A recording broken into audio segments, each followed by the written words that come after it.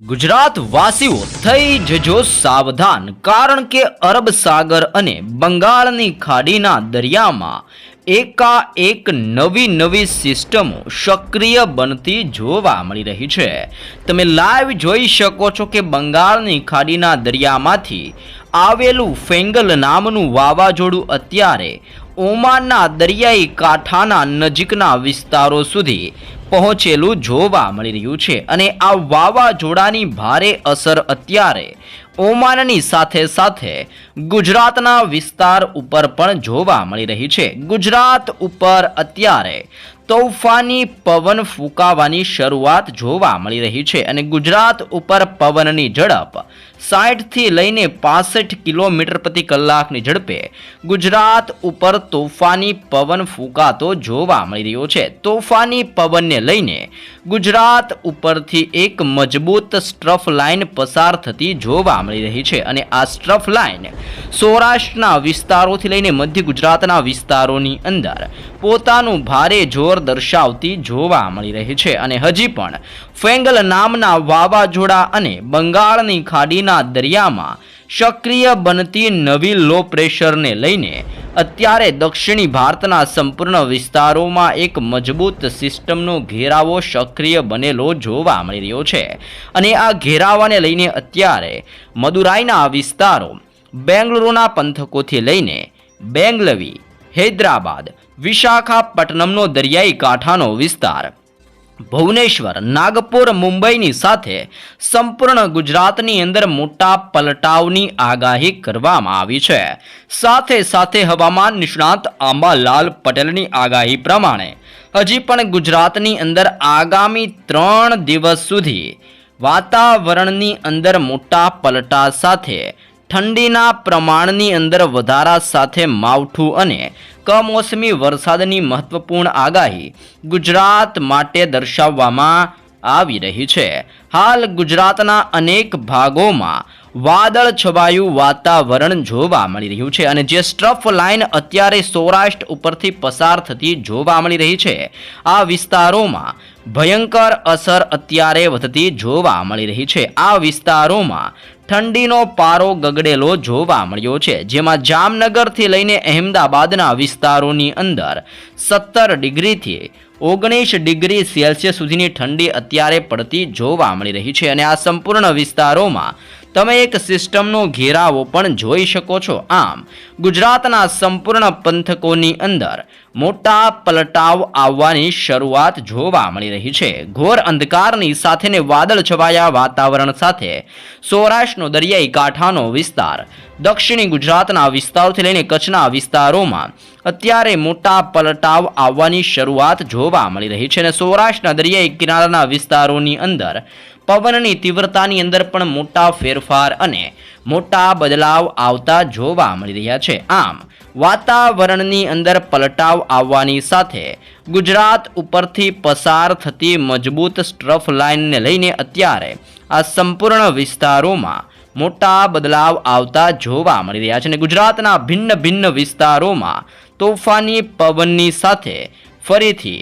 વાવાઝોડાની અસર પણ ગુજરાતની અંદર જોવા મળવાની છે। બંગાળની ખાડીનું વાવાઝોડું અત્યારે અરબ સાગરની અંદર પહોંચેલું જોવા મળી રહ્યું છે અને આ વાવાઝોડાનું નામ ફેંગલ નામનું વાવાઝોડું આપવામાં આવી રહ્યું છે અને આ વાવાઝોડાની અસરોને લઈને બંગાળની ખાડીથી લઈને અરબ સાગરના વિસ્તારોની અંદર ભયંકર ને તોફાની પવન ફૂંકાતો જોવા મળ્યો છે અને જેને લઈને અત્યારે ગુજરાત ઉપર સંપૂર્ણ વાદળ છવાયું વાતાવરણ અને ઠંડુ વાતાવરણ જોવા મળી રહ્યું છે, જેને લઈને ગુજરાતમાં કમોસમી વરસાદને લઈને નવા સંકેતો આપવામાં આવી રહ્યા છે। ગુજરાતની અંદર આગામી 2 દિવસની અંદર હજી પણ ભારે ઠંડી પડતી જોવા મળવાની છે, જેમાં સૌરાષ્ટ્રના દરિયાઈ કાંઠાના વિસ્તારોની જો વાત કરવામાં આવે તો ઠંડીની અંદર માવઠું જોવા મળી શકે છે, જેમાં સૌરાષ્ટ્રમાં બોટાદ, ભાવનગરનો દરિયાઈ કિનારાનો વિસ્તાર, ચોટીલા, રાજકોટ, ગોંડલ, જસદણ, અમરેલીના પંથકોની અંદર જૂનાગઢના વિસ્તારથી લઈને મહુવા, ઉનાની સાથે વેરાવળના વિસ્તારોની અંદર, પોરબંદરના પંથકથી લઈને ભાનવડ, ગોંડલ, જસદણ, ચોટીલાની સાથે રાજકોટનો વિસ્તાર, જામનગર, સલાયા અને દેવભૂમિ દ્વારકાના વિસ્તારોથી લઈને મોરબીનો વિસ્તાર અને સુરેન્દ્રનગરના વિસ્તારોમાં મોટા પલટાવ જોવા મળી શકે છે અને સૌરાષ્ટ્રના દરિયાઈ કિનારાના વિસ્તારોમાં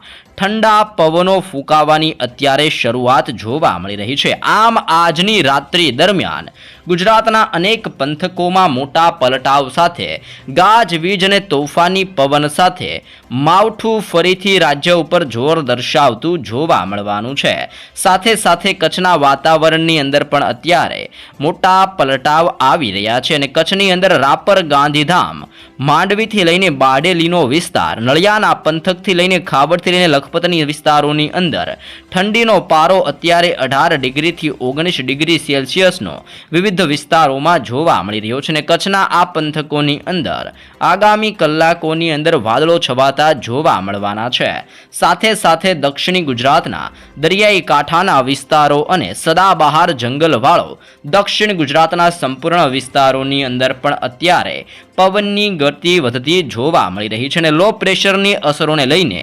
આમોદના પંથકથી લઈને રાજપીપળાનો વિસ્તાર, ભરૂચના વિસ્તારથી લઈને નર્મદાના વિસ્તારોની અંદર, સુરતના જિલ્લાથી લઈને નવસારીના વિસ્તાર, ડાંગના વિસ્તારથી લઈને તાપીની સાથે વ્યારા, આહવાની સાથે વલસાડના વિસ્તારોમાં અત્યારે તોફાની પવનની ગતિવિધિ દક્ષિણ ગુજરાતના જિલ્લાઓમાં વધતી જોવા મળી રહી છે. તમે લાઈવ જોઈ શકો છો કે ઉત્તર ભારતમાંથી આવી રહેલા તોફાની પવનો ગુજરાત ઉપરથી પસાર થઈને અત્યારે અરબ સાગરના દરિયાની અંદર જ્યાં વાવાઝોડું મજબૂત બનતું જોવા મળી રહ્યું છે તે તરફ અત્યારે ગુજરાત ઉપરથી સતત પવન ફૂંકાવાની શરૂઆત જોવા મળી રહી છે, જેને લઈને ગુજરાતની અંદર મોટા પલટાવની સાથે સતત ભેજનું પ્રમાણ ગુજરાતમાં વધતું જોવા મળ્યું છે અને ઠંડીનો પારો પણ ગુજરાતમાં દિવસે ને દિવસે વધી રહેલો જોવા મળી રહ્યો છે. ઠંડીના પારાની સાથે સાથે મધ્ય ગુજરાતના વિસ્તારોની અંદર પણ અત્યારે વાદળોના ઝુંડની વચ્ચે ગાજવીજ સાથે તોફાની પવનો ફૂંકાવાની શરૂઆત જોવા મળી રહી છે, જેમાં પણ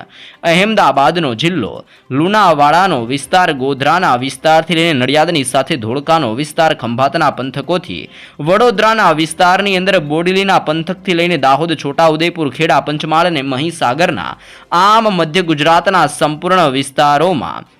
મોટા પલટાવ આજે જોવા મળવાના છે અને તોફાની પવનની ગતિવિધિ સતત મધ્ય ગુજરાતના વિસ્તારોમાં જોર પકડતી જોવા મળી શકે છે. આમ રાજ્યની અંદર અહેમદાબાદના જિલ્લાથી લઈને દાહોદના વિસ્તારોની અંદર તોફાની પવનોની લહેરોની સાથે સતત ગુજરાત ઉપર મજબૂત જોર વધતું જોવા મળશે અને આ સંપૂર્ણ વિસ્તારોમાં ગાજવીજ સાથે મેઘરાજાની ધમાકેદાર એન્ટ્રી અને માવઠાનો નવો રાઉન્ડ શરૂ થતો હોય તેવા પણ એંધાણો દર્શાવવામાં આવી રહ્યા છે. ઉત્તર ગુજરાતની અંદર થરાદનો પંથક, પાલનપુરના વિસ્તારથી લઈને ખેડ બ્રહ્માના વિસ્તારો, હિંમતનગરથી લઈને મહેસાણાની સાથે રાધનપુરના વિસ્તારોની અંદર પણ અત્યારે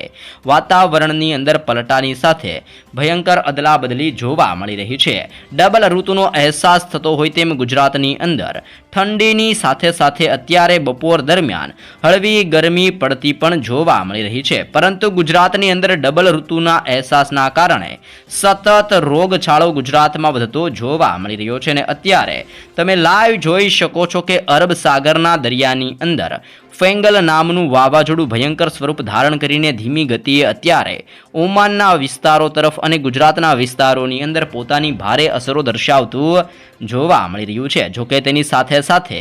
એક નવું લો પ્રેશરવાળી સાયક્લોનિક સર્ક્યુલેશનવાળી સિસ્ટમ અત્યારે બંગાળની ખાડીના દરિયામાં સક્રિય બનતી જોવા મળી રહી છે અને બંગાળની ખાડી અને અરબ સાગરના ઊંડાણવાળા વિસ્તારોમાં એક હાઈ પ્રેશર અને એક લો પ્રેશર, આમ એકાએક અનેક સિસ્ટમો અત્યારે દરિયાની અંદર સક્રિય બનીને જોર દર્શાવતી જોવા મળી રહી છે. આ નવી સિસ્ટમો દરિયાની અંદર સક્રિય બનતી હોવાના કારણે દેશના અનેક ભાગોમાં આજથી લઈને હજી પણ આવનાર 10 દિવસની અંદર તોફાની પવનોની લહેરો ભારતના અનેક રાજ્યોમાં જોવા મળી શકે છે અને ભારતના અનેક રાજ્યોની અંદર વાતાવરણની અંદર પલટા સાથે સૌપ્રથમ દક્ષિણ ભારતના વિસ્તારોમાં આ સિસ્ટમોની સૌથી વધારે અસરો જોવા મળવાની છે, અને જેને લઈને ગુજરાતના વાતાવરણ ઉપર પણ મોટા પલટાવ આવતા હોય તેમ રાજ્યમાં માવઠાનું સંકટ આજથી વધતું જોવા મળી શકે છે.